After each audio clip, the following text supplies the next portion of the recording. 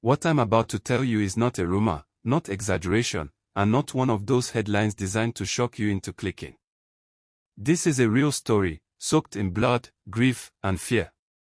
A story unfolding right now in northern Nigeria. A story that most of the world will scroll past, but one you absolutely need to hear all the way to the end. The message was brutally clear.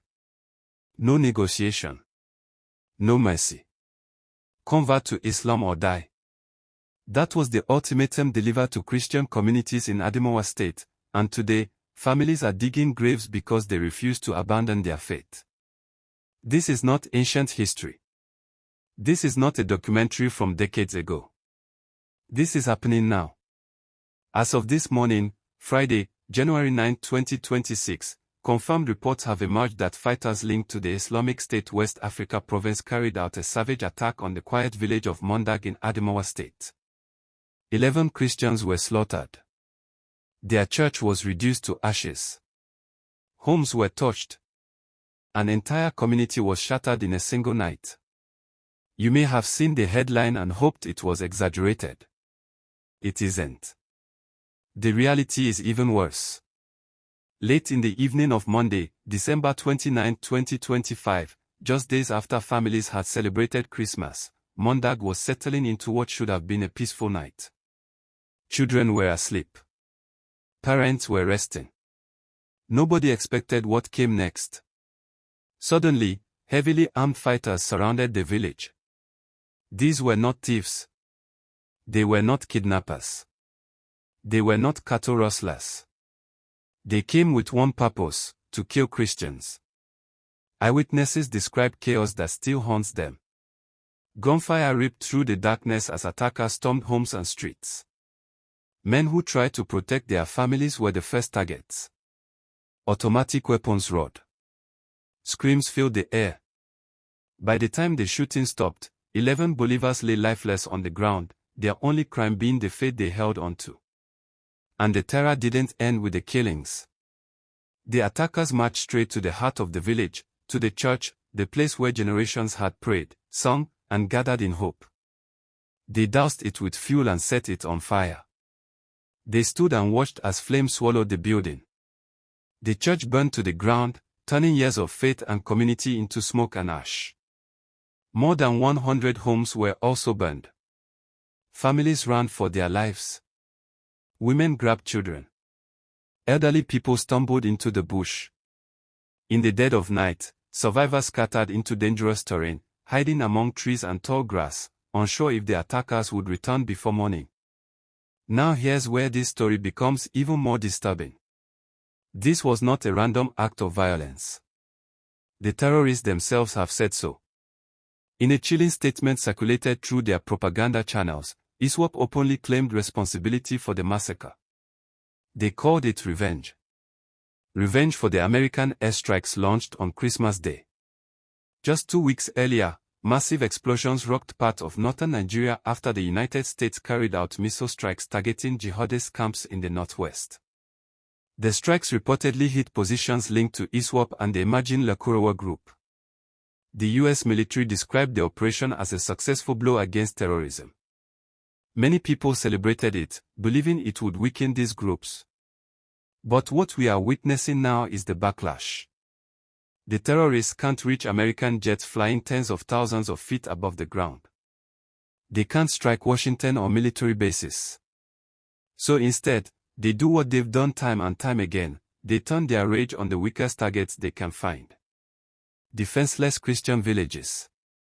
The message they are sending is horrifyingly simple: if the West bombs us, we will slaughter Christians here. That is not a metaphor. That is their strategy. After the massacre in Mondag, threats were reportedly sent to nearby villages like Higa and Timur. In Higa, residents were allegedly given a deadly choice: convert to Islam, pay the jizya tax imposed on non-Muslims, or be killed. This is not banditry. This is not random insecurity. This is forced religious domination carried out at gunpoint. This is Sharia imposed through terror. The international community is finally beginning to react. A U.S. congressman has condemned the killings and called for stronger military action. Statements are being issued. Condemnations are being made. But for the people of Mondag, words don't stop bullets. Statements don't rebuild homes. Tweets don't protect children hiding in the bush at night. And this is the cruel irony of it all. The average Christian farmer in Adamawa has nothing to do with American foreign policy. He doesn't control drones. He didn't authorize airstrikes. Yet he is the one lying in the grave. His wife is the one widowed. His children are the ones traumatized and homeless. Human rights groups are increasingly calling this what it is, a slow-motion genocide. Thousands have been killed over the last decade, village by village, headline by headline, while the world largely looks away. Only when the violence becomes too shocking to ignore does global attention briefly flicker on, before moving on again. And here's the uncomfortable question no one wants to ask out loud. When high-profile airstrikes are launched, are enough measures put in place to protect the civilians who will inevitably face retaliation? Are soft targets like Christian villages being left exposed? Or is this simply being written off as collateral damage in a global war on terror? These are not easy questions. But they are necessary ones. Right now, as you're listening to this, survivors from Mondag are still displaced. Some are hiding in the bush. Some are mourning loved ones. Some are wondering if the attackers will return tonight to finish what they started. The church is gone. Homes are gone. But the faith of the people, somehow, still remains. This story is painful because it's personal. These were fathers, brothers, sons, ordinary people who wanted nothing more than to live, farm, worship, and raise their families in peace. Instead, they became targets in a war they never chose. As we mourn the 11 lives lost in Mondag, we also have to confront the reality of what is happening across northern Nigeria. This is not isolated. This is systematic. And silence only makes it worse. If you've stayed with me this long, it means you understand that this isn't just another news update. This is a cry for attention, for justice, and for protection. Share this story. Talk about it. Refuse to let it disappear into the noise of the internet.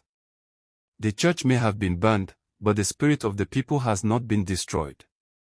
And as long as their story is told, they have not been erased. Stay alert. Stay prayerful. And always, always be your brother's keeper.